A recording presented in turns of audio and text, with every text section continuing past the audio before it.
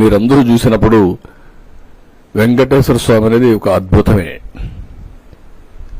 అక్కడికి పోయినప్పుడు కొండెక్కగానే ఒక గమ్మత్తు మైమరిచిపోతాం. రెండో తెల్లవారుజామున 3 గంటలకు గాని సుప్రభాత దర్శనానికి పోతే వైకుంఠం అనేది ఎవరికి తెలియదు గాని వైకుంఠం ఈ విధంగా ఉంటుంది, ఇంత ప్రశాంతంగా ఉంటుందని ఆ టైంలో మనకు ఆ స్ఫూర్తినిస్తుంది. అలాంటి ఒక స్ఫూర్తిదాయకమైనటువంటి పవిత్ర క్షేత్రం తిరుమల. అలాంటి పవిత్రమైన క్షేత్రంలో 5 సంవత్సరాలు అపవిత్రమైన కార్యక్రమాలు, రాజకీయాలకు ఒక పునరావాసం,